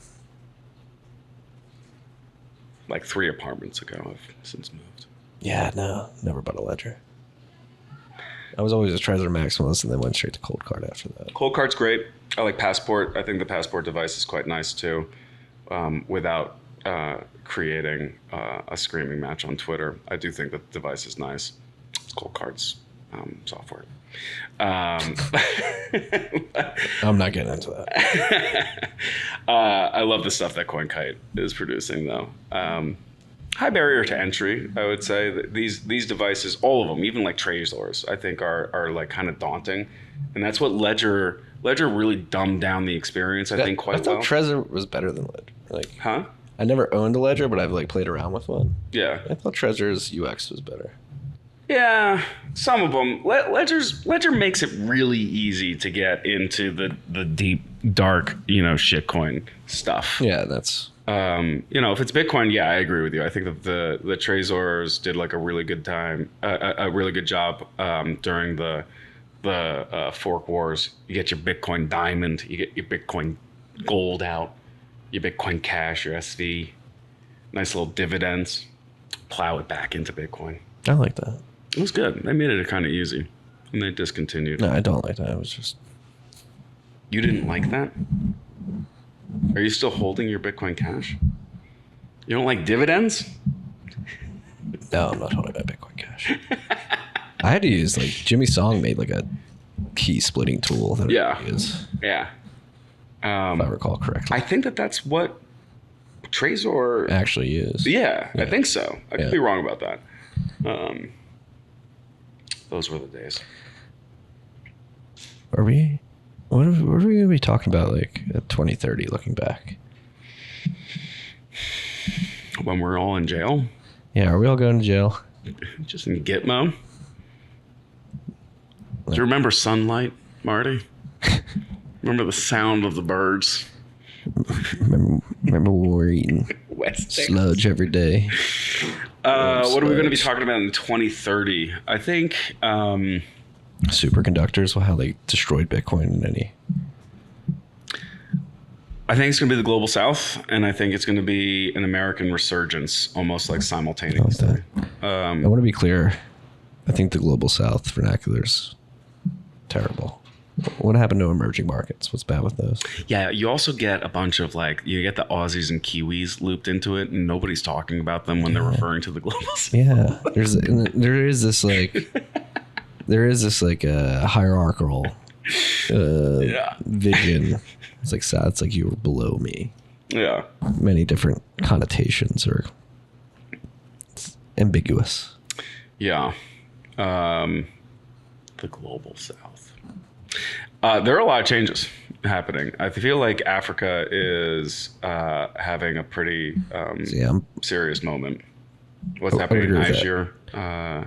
I'm very bullish on South America. I think it's going to be South America. Yeah. Argentina has historically had a difficult time getting out of its own way. There was some unrest in Chile a couple of years ago, but I think that's largely calmed down. Chile is, I think, underrated. Yeah, they were going back to socialism. I do think recent elections have brought back more of a conservative-leaning party, if I recall correctly. Yeah, it's going to be really interesting. I mean, there's a tremendous amount of power. There are tremendous resources. The Paraguay, is it Paraguay? What's the Iguazu hydro? Paraguay, but they sell a fair amount of that electricity into Brazil, and they're using that subsidized 100-year contract to mine Bitcoin. So I think that there's going to be, just a lot of moving pieces, particularly around Bitcoin mining and, Bitcoin adoption. Yeah. I was talking to somebody the other day that lives in Colombia, and apparently in South America, a lot of people on the ground, he was talking to an Uber driver, and he was asking about what do you think about El Salvador, what they did with Bitcoin. He's like, I don't really care about the Bitcoin thing, but I think we need more Bukeles around South America to just come in and stomp out. It's such a it's such a fascinating thing where Americans who really have no cultural context, no historical context, are able to sort of get preachy about some dictatorial. Yeah, stuff that can be perceived as being authoritarian, and there definitely have been, I would say, elements of that, but you also have a situation where the sovereign debt is actually performing quite well. Yeah. For El Salvador. And crime is down. And crime is way down, and it's fixing some, long-standing systemic problems. Every once in a while, you need a dictator to step in. Hey. Imagine if he just gets a proper Bitcoin rip. We're going to 500K, so he's gonna look like a genius. Yeah. And then you also have the mining bonds. I'm looking forward to the James Bond villain volcano mining operation. I don't know if that's still moving forward. I've also heard that the proper Bitcoin city has I don't know if stalled, but it's been sort of deprioritized. I don't think that was a good idea. The Bitcoin city thing? Yeah. Cities need to be emergent. You can't just build one? You can't just build one. What about the line? That's exactly. You don't want to live in a line? No, I don't want to live in a line. That thing is weird. I hope they build it. Just out of from a pure weirdness, curiosity perspective. It's just that thing looks really weird. Yeah. Yeah. I mean, it's 15-minute city. What if it's really just Noah's Ark? In the middle of the desert? Yeah. What if they know? And it's actually protecting against aliens? Oh, God, the aliens. Because the aliens can't see the line. I can't. Or something. I can't believe how many people have fallen for the aliens that I have. So Matthew Pons. Yeah, he's a big one. He's really into it. He's really worried about it, too. I'm like, dude, come on. Come on. Do you believe in aliens? Do you think that they're aliens? Yeah, probably. Yeah. But I don't think they crash landed on government property and Jodie Foster. Or only talking to our government officials. Terrible waste of space. Matthew McConaughey. Great movie. Aliens could be demons, Yeah, they could be. They're probably just looking for natural resources, like everybody else. Yeah. Water. Thank God we have superconductors. What's your favorite alien movie? I thought Predator, the most recent.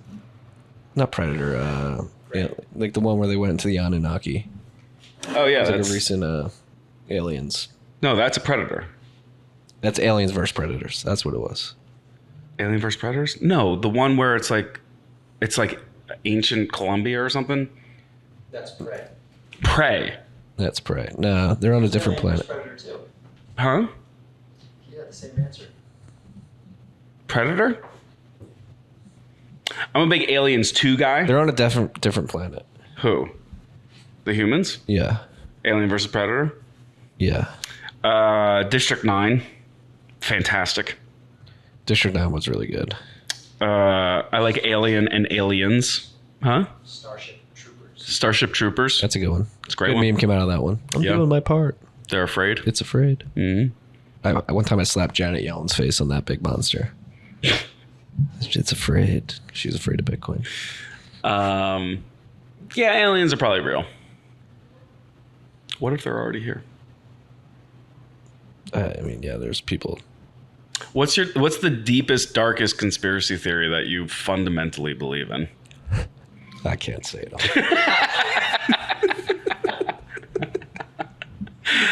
I know the answer. I can't say it on air. Um, I don't think you do know the answer. I don't think you do. I've never told you this. if it's worse than the one I'm thinking of, I really would like to know as soon as we stop rolling. Okay. But this has been great. You want to take a break before you talk to Alex? Yeah, let's do it. Yeah. Peace and love, freaks. Sticky.